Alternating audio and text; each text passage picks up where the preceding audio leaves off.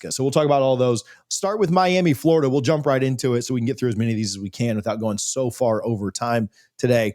Guys, I got a hot take, and these are two of my rivals, so I don't mind starting with this.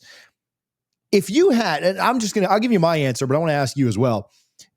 If I had a vote in the AP poll, which I know we've railed on that a ton, but if I had a vote in the AP poll, Miami would be my number one team in the country. And it has nothing to do with my like for what will be a quality win or a quality loss for Florida State. It has nothing to do with they're playing a rival this weekend or they are a rival this weekend. To me, they've had the most impressive resume so far in the season. I'll take arguments for other people, but I certainly think they should be ahead of, LSU, Penn State.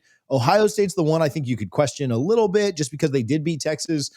But again, what has Texas done since then? I know you can say the same thing for Miami playing Notre Dame. Yeah, they're 0-2 as well. I get it. I just think Miami's looked more dominant. I think they've been better. I think Beck's been better than a lot of people were expecting. I think Miami is right now. I'm not saying they'll be there at the end of the year because they still need to make it through a lot of tough games, namely this one and the next one they play. But Miami to me has been the most impressive team in the country. They were even highly ranked in the preseason too, but they would be my number one team in the nation right now. Again, Ohio State's maybe the one team that I'll listen to. But for a 3-game sample size, they've been the best to me. I won't push back. I have Ohio State at number 1, but I think that number 2 very well is Miami. And maybe my rankings say otherwise. I probably misconstrued that.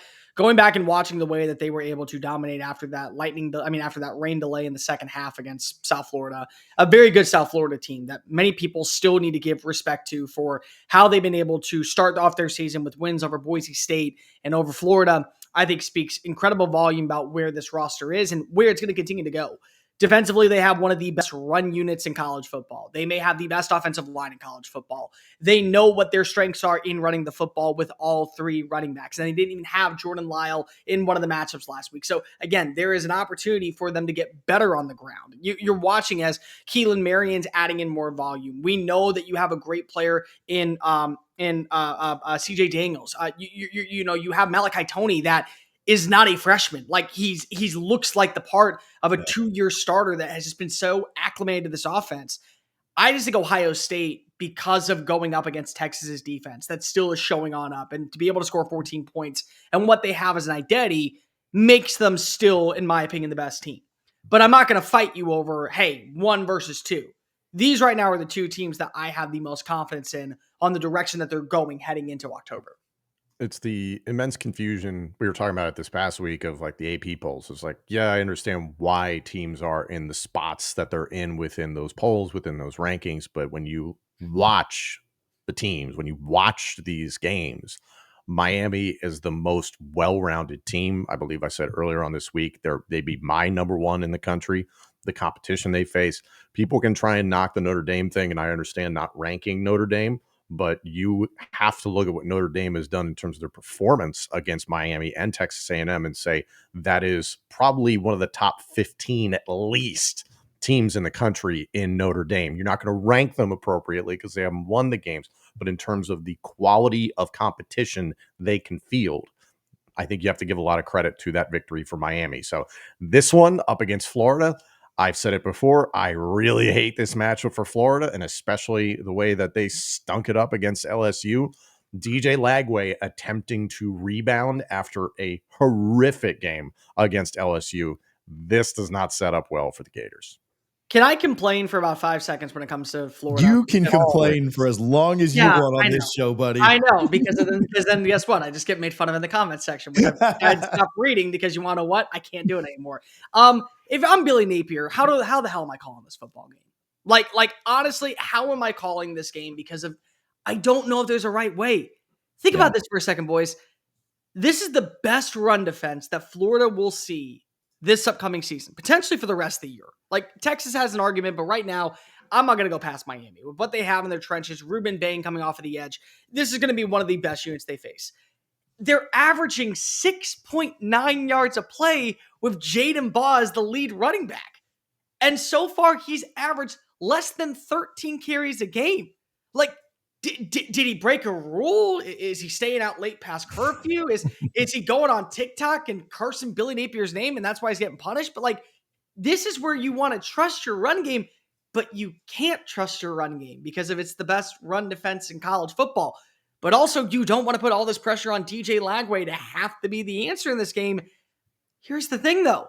He's going to have to be the answer in this game because of the way to win is still taking advantages, despite there not being a lot, against this Miami secondary. Miami secondary still gave up almost 300 passing yards to South Florida. Now, was a lot of that in garbage time? Absolutely. But the big element that last season hindered the success of the Hurricanes, especially down the stretch, was their inability to stop the explosive plays.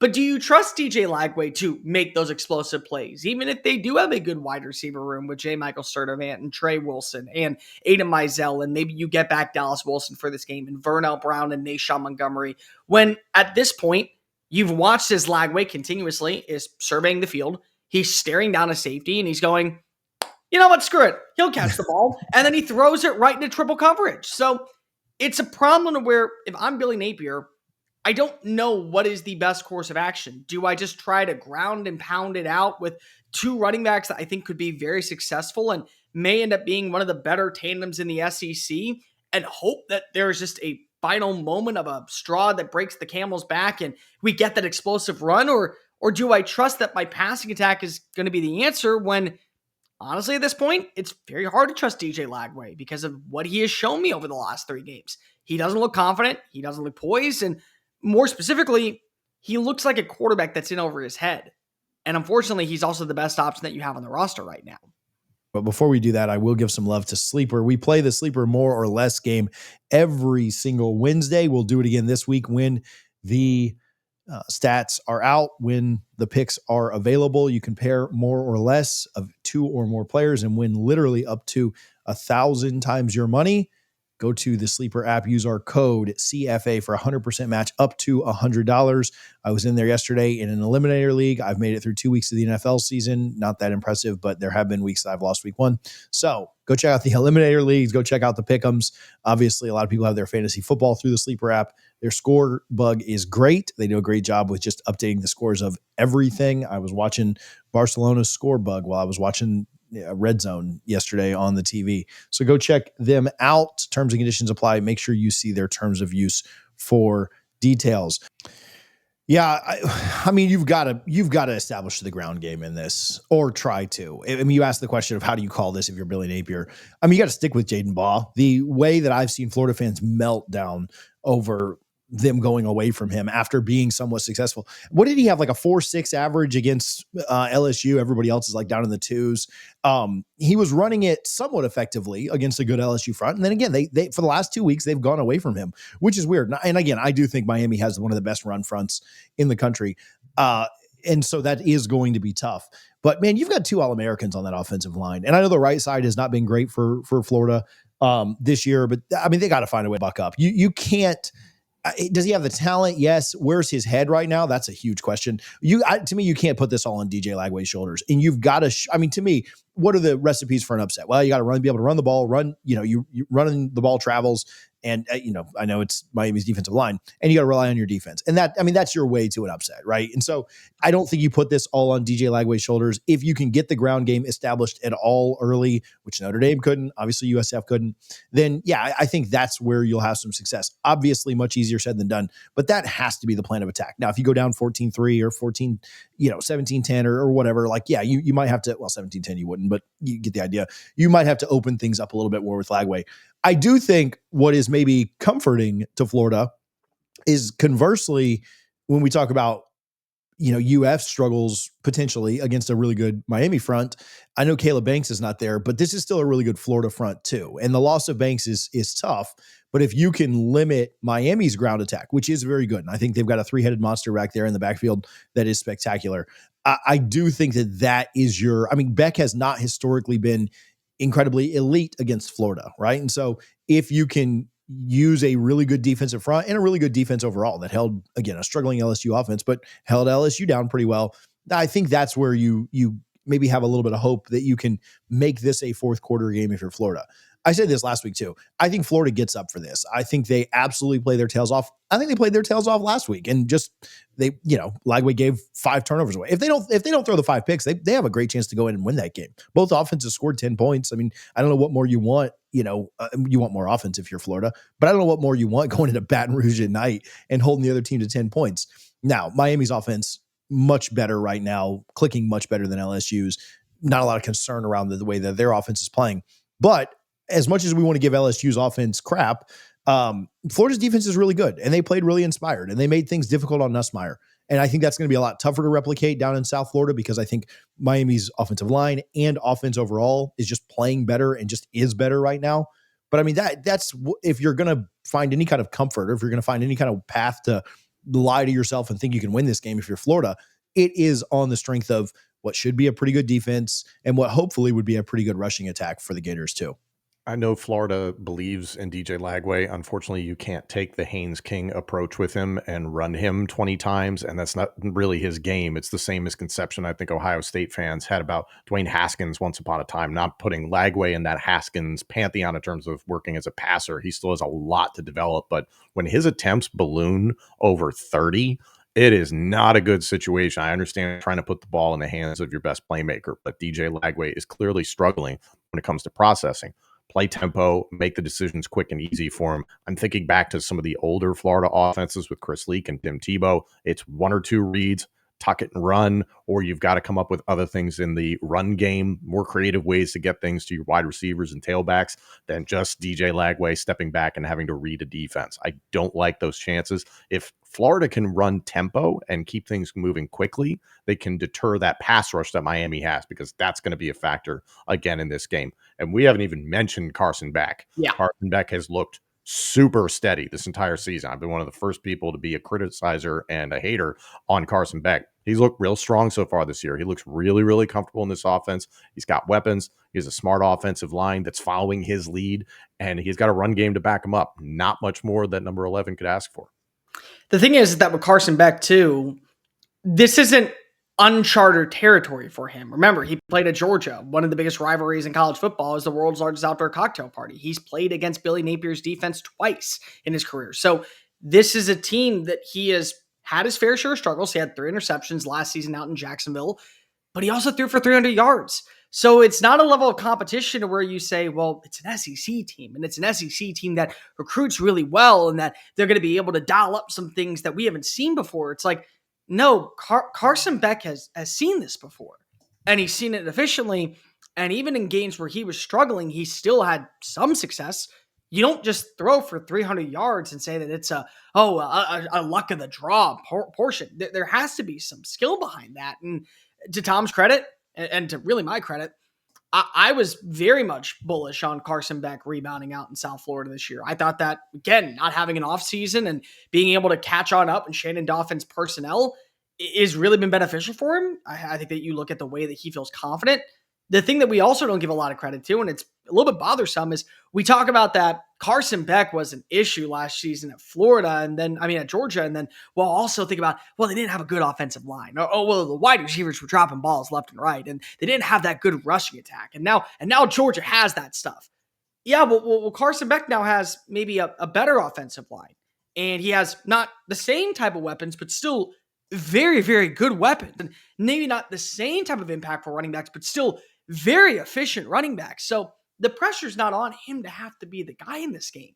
The thing that I wonder about in this, and this is ultimately what's going to decide from a mentality standpoint, this is a letdown spot for Miami, and it's a sure-up spot for Florida. Incredible game last week against South Florida. To be able to deliver the way that Florida couldn't, and the way that you've looked, people are probably hyping you up, which means, from a narrative perspective, this is where you let things go. You let your guard down a little bit, and you fall short. And then from Florida's standpoint, you look dreadful offensively last week. You weren't able to get the job done against South Florida.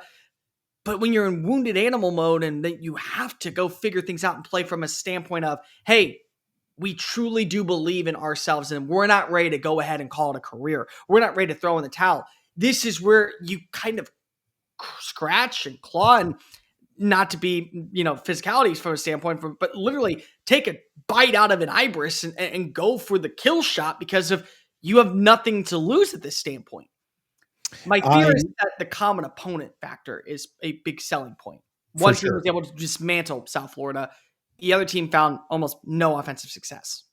It's daunting for Florida. I also wonder, just when we think about this, if that Florida offensive line, this is a huge if to me, but if that Florida offensive line can hold up just a little bit, I don't have a lot of confidence in DJ Lagway right now after what we just saw. But I would say the weakest part of this Miami team, though much improved, is their secondary. And Yeah. Florida has the athletes on the outside, and they love. I mean, DJ's not been incredibly, good this year. Now there have been some UF drops too that have kind of hurt them. If Vernell Brown catches a pass, they do end up beating South Florida, and then maybe we kind of look at this a little bit differently. And maybe his confidence going in LSU is a little bit different. Maybe that plays out differently too. But I do think that if they can give him any time at all, there is a chance that he could have a really nice day through the air. There's also the chance that he could go out and throw 3 picks again, right? Like there's no doubt that exists. It didn't take a great LSU secondary to make, like, they weren't making diving one-handed interceptions, bouncing off. Yeah, like those were just He was bad taking risks. Right. And so if he's less risky against a less talented secondary, which again, Miami fans I've just said you were the number 1 team in the country, like back off me a little bit, but it's still the weakest part of their team. There's no doubt. And they're still much improved from last year. But if you're going to have success, we talk about the running game, we talk about giving him time, we talk about Florida stopping the run. I mean, Lagway's going to have to hit a couple of those guys. USF was able to hit a couple of those guys. Notre Dame was able to hit some of those long passes. Lagway's got the most arm talent of anybody they've played this year. It's just you wonder about his decision making. That secondary, there are opportunities to get at them. The problem is, can you keep Ruben Bain and Akeem Ezador off of Lagway's back to give him the time to get that done? If you can, there are wins in that secondary for Florida to go out and take. But again, that's a massive if. And will Lagway make the right decision? Will he read the defense well? I'm sure Heatherman's got stuff very much schemed up after watching last week. And so it's that chess game within the game of, well, whose adjustments are better? At the end of the day, and we can predict this thing and move on to the game. At the end of the day, I just don't know that I buy Florida going in and play with where their headspace is, with losing Caleb Banks, with just they lost their running backs coach for smacking a kid at LSU. Not that I think that, but just everything that's going on right now with Florida. They need a nearly perfect performance. They need Beck to give them a few, which he did in Jacksonville last year. He had 3 picks. They need a lot of things to go right. And so if you play this game 20 times, I'm taking Miami 16 or 17 times. Like this is one there. Yeah, the rivalry factors in. That Florida's got talent. There's no doubt. There's some times where this is going to go your way. But when I look at this game, I really struggle to see Florida being able to do enough. I think their defense will show up. I just don't know that their offense can do quite enough. I can't remember what I gave as a score for this earlier in the week, but I'll say something like, 24-13 or 24-17. I think Miami, I do think it's closer. They may cover the spread, but I do think that Miami gets this by at least a touchdown. I think this spread is disrespectful to Miami and really respectful of Florida. I think it's 7.5. Give me Miami covering the spread. I will take the under, however. Give me 30-13 Miami. I think Miami, again, for the standpoint of what you're going to have to do in this matchup, you're going to have to force turnovers on Carson Beck. I'm not saying it can't be possible. The fear is that you get those turnovers. Cool story. What do you do with them afterwards? Yep. Is it 3 and outs? Is it giving the ball right back on a punt return? Special teams are going to play a big time deal. I agree with Tom on both standpoints. I think that Miami wins this game. I think Miami covers, but I am taking the under, and I think it's one of the best bets in college football this weekend because of just how good of a defense we have seen from Florida. I'm going to go 30-17 final score in this matchup. I think my bad. If it's 28-17 in this matchup, I just think that it's going to be at least a 1 extra score game, and Miami's going to truly show that whether or not TJ or Tom agree, this is potentially the best roster in college football going into week 5. Yeah. I do have some faith in Florida's off. I like your 28 pick. I mean, I know I said 24, but I would be now if Lagway gives them a couple, then that could certainly impact things. But I'd be a little surprised if Florida's defense gave up 30 points here. The other thing is I wouldn't be surprised if Mario is, I don't want to say conservative, but I wouldn't be surprised if he is very willing to say, hey man, we're not going to take risks. Like Carson ain't going to throw him another 3 picks like he did last year. We ain't going to take risks. That's a talented defense. We'll let Florida give the game to us. And that keeps it a little bit more low scoring than otherwise. Now, again, conversely, if Lagway throws more than 2 interceptions or maybe even really more than one, it could be a long day, and you could see that score balloon a ton. So I could see a scenario where unless they're not giving the game to you, you take those risks. But if Florida just gives you the opportunities, you run with it and call it a day. Don't put yourself in a position where you're showing too much of maybe the still issues that Carson Beck has, which so far doesn't look like he has any. very limited. It feels like he feels really, really, really good. One interception in that South Florida game was an arm punt. So I'm not going to sit here and kind of oversaturate that. I do think they dropped one other one too. So I will say he did take a chance that maybe he shouldn't. And then CJ Daniels saved him with one of the catches of the year so far against Notre Dame, which was insane. But hey, man, when they come down with it, they come down with